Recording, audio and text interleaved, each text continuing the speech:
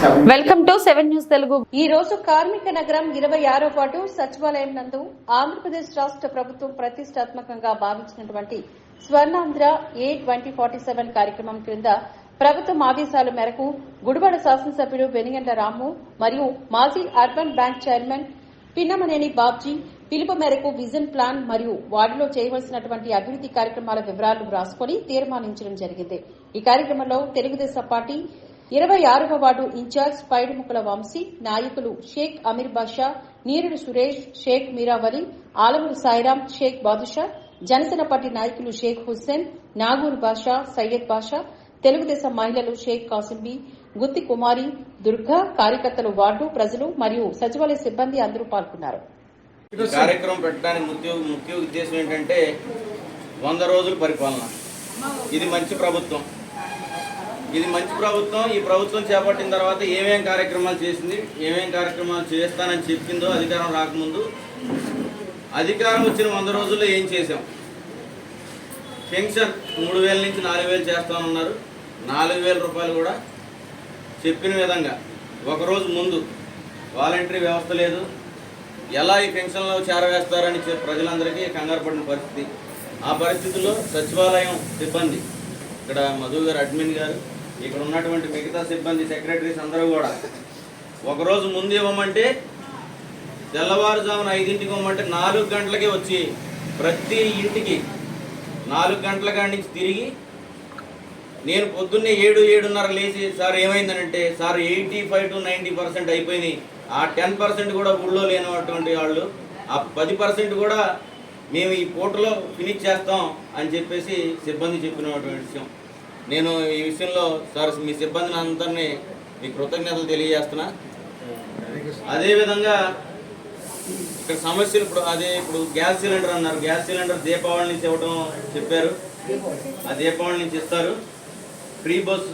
అదేవిధంగా అమ్మఒడి గురించి చాలామంది అడుగుతున్నారు. అమ్మఒడి ఏంటి, మా దగ్గరికి వచ్చి సార్ అమ్మఒడి ఏంటి, అమ్మఒడి పరిస్థితి ఏంటి అని చెప్పి అమ్మఒడి గురించి నిర్ణయం తీసుకుంటారు. ఎంతమంది పిల్లలు అయితే ఉన్నారో అంతమంది పిల్లలు, చదువుకునే పిల్లలందరికీ ఇవ్వడం అనేది జరుగుతుంది. అలాగే 3 సిలిండర్లు అలా వచ్చే నెల దీపావళి నుంచి ఇస్తామంటున్నారు. ఆ తర్వాత ఇక్కడ ఉన్న సమస్యలు, మన కాలువ గట్టు మీద వాన వచ్చి అన్ని వరదలు వస్తే ఏ రకంగా సమర్థవంతంగా ఎదుర్కొన్నారనేది చంద్రబాబు నాయుడు గురించి చెప్పొచ్చు. 7-10 వయసు, 70 ఏళ్ల వయసులో చంద్రబాబు నాయుడు గారు అర్ధరాత్రి 1 గంటకు కూడా 2ంటికి కూడా అధికారులందరినీ పరుగులెట్టిస్తూ ప్రతి ఒక్క అవసరం ఉన్న ఒక పేద ప్రజలు ఎవరైతే నీళ్ళల్లో మునిగిపోయి ఉన్నారో వాళ్ళందరికీ నిత్యావసరాలు పంచేదండి. లేకపోతే వాళ్ళకి ఏం మెడికల్ సౌకర్యాలు కావాలన్నా ఏఎన్ఎంల ద్వారా, ఇళ్ల ద్వారా, ఆశా వర్కర్ల ద్వారా బోట్లు వేసుకుని వెళ్ళలేని పరిస్థితుల్లో డ్రోన్లు వేసి మరి వాళ్ళకి ఆహారం ప్యాకెట్లు అందించిన పరిస్థితులు చూసాం. అదేవిధంగా ఇక్కడ గుడివాడ నియోజకవర్గం చూసుకుంటే రాము గారు ఆ రోజు అమెరికా వెళ్ళిన ఇక్కడ ఉన్న సిబ్బందితో వాళ్ళ సహచరులు తులసి గారు ఉండే, ఇక్కడ నావి వెంకటేశ్వర గారు ఉండే, నేను బాబ్జీ గారు ఉండే, ఎవరు శ్రీనివాసరావు గారు ఉండే, ఎవరు తోచిన వాళ్ళు ఒక పిలుపునిచ్చారు చంద్రబాబు నాయుడు గారు. ప్రతి ఒక్కళ్ళు ముందుకు రావాలి, ఈ వరద బాధితులను ఆదుకోవాలంటే 400 కోట్ల రూపాయలు డొనేషన్గా వచ్చినాయి విరాళాలు. మన గుడివాడ నుంచి నిన్నగాక మొన్న ఆ గౌతమ్ స్కూల్ ఆయన కూడా 25 లక్షలు సహాయ నిధికి ఇస్తే 25 లక్షలు గుడివాడ అభివృద్ధికి, డెవలప్మెంట్కి ఇచ్చారు. అలా ప్రతి ఒక్కళ్ళు కూడా సహాయ నిధికి డబ్బులు విరాళాలు ఇచ్చారు.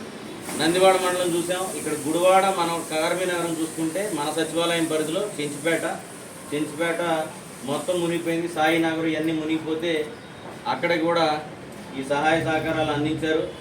సచివాలయం సిబ్బంది వాటర్లో తిరుగుతూ వాళ్ళకు ఉన్న సమస్యలు అయితే వాళ్ళని ఖాళీ చేయించే పరిస్థితుల్లో, వాళ్ళకి అకామిడేషన్ ఇచ్చి వాళ్ళకి ఫుడ్ అవన్నీ చూసే పరిస్థితులు.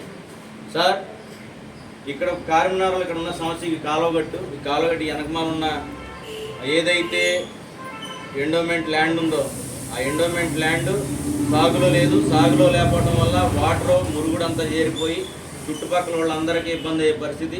ఆ ఎండోమెంట్ డిపార్ట్మెంట్ వాళ్ళతో మీరు మాట్లాడి దాన్ని సాగులోకి తీసుకొచ్చే విధానం, లేకపోతే ఇక్కడ ఉన్నటువంటి వాళ్ళకి ఎవరికో ఒకరికి ఇంట్రెస్ట్ ఉన్న వాళ్ళకి ఏదో ఒకటి ఇప్పించి మీరు ఏదో సాగుబడిలోకి తీసుకురావాలని ఒకటి చెప్తున్నాం.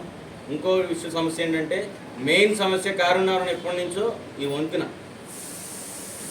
కార్మినగరం ఇక్కడి నుంచి మాకు రాములవారు ఇప్పుడు కంచికామస్ గుడి వరకు ఏదన్నా ఎవరికన్నా హెల్త్ ఇష్యూ వచ్చి ఏదన్నా హార్ట్ అటాక్ వచ్చినా ఏమన్నా కాలు ఇబ్బంది అయినా నడవలేని పరిస్థితులు అంబులెన్స్ ఫోన్ చేస్తే అటు నుంచి తిరిగి రావాలి. అటు నుంచి తిరిగి రావాలంటే రైల్వే గేటు.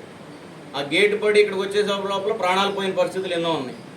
ఇక్కడ ఇటు నుంచి వచ్చే అవకాశం లేదు కాబట్టి ఈ వంతెన్ని ఇమీడియట్లీగా ఇది మీరు మెయిన్ ప్రాబ్లంగా మీరు తీసుకొని ఈ వంతెన్ని పెద్ద చేయాల్సిందిగా ఒకటి చెప్తున్నాం. అదేవిధంగా రిటర్నింగ్ వాల్ కార్మిక నగరం ఈ ఇనుప వంతెన ఇక్కడ ఏదైతే ఉందో రెండో బ్రిడ్జి, ఆ బ్రిడ్జి దగ్గర నుంచి ఆ సాయిబాబా గుడి వరకు అక్కడ వరకు రిటర్నింగ్ వాల్ది మీరు ఒకటి నోట్ చేసుకొని పంపాలి. అదేవిధంగా ఎన్నో సమస్యలు ఉన్నాయి. ఇవో అక్కడ ఉన్నటువంటి ఆ పెద్దమ్మ పెన్షన్ కోసం పెట్టుకుంది.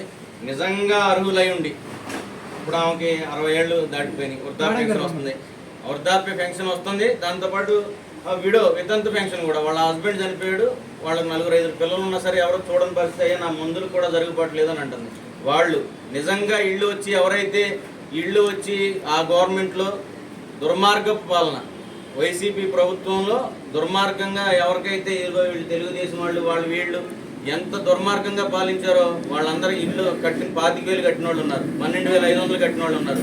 అన్నీ కూడా చాలా మంది ఇక్కడే చాలా మంది బాధితులు ఉన్నారు. వాటన్నిటిని మీరు దృష్టిలో పెట్టుకొని ఆ సమస్యలను రాము గారి దగ్గర తీసుకెళ్ళండి, సంబంధిత అధికారుల దగ్గర తీసుకెళ్ళండి. మీరు కాకపోతే మాకు చెప్పండి, మీ ఎవరితో కావాలన్నా మేము మాట్లాడడానికి సిద్ధంగా ఉన్నాం. అధికారులతో మాట్లాడి పని చేయించడానికి మేమైతే సిద్ధంగా ఉన్నాం.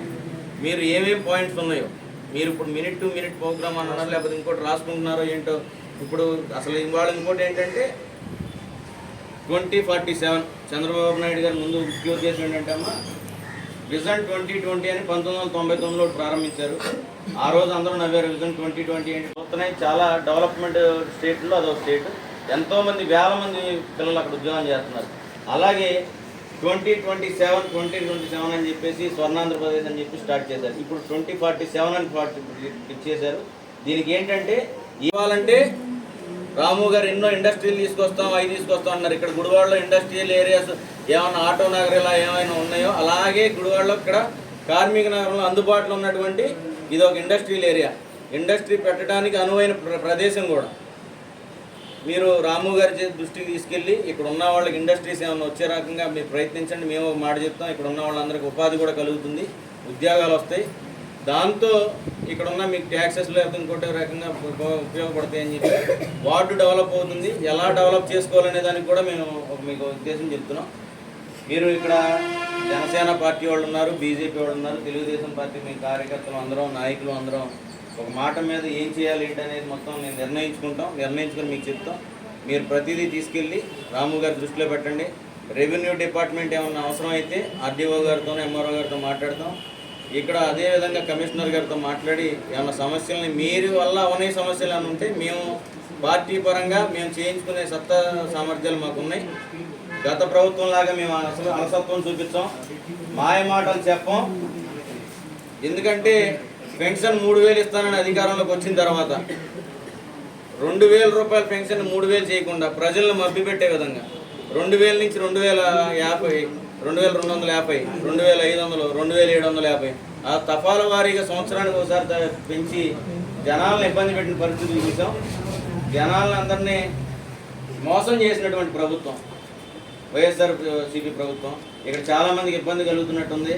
ఆ ఇబ్బంది ఏమి మీరేం పడొద్దమ్మా. మేము అన్ని ఇబ్బందులు మేము చూస్తాం.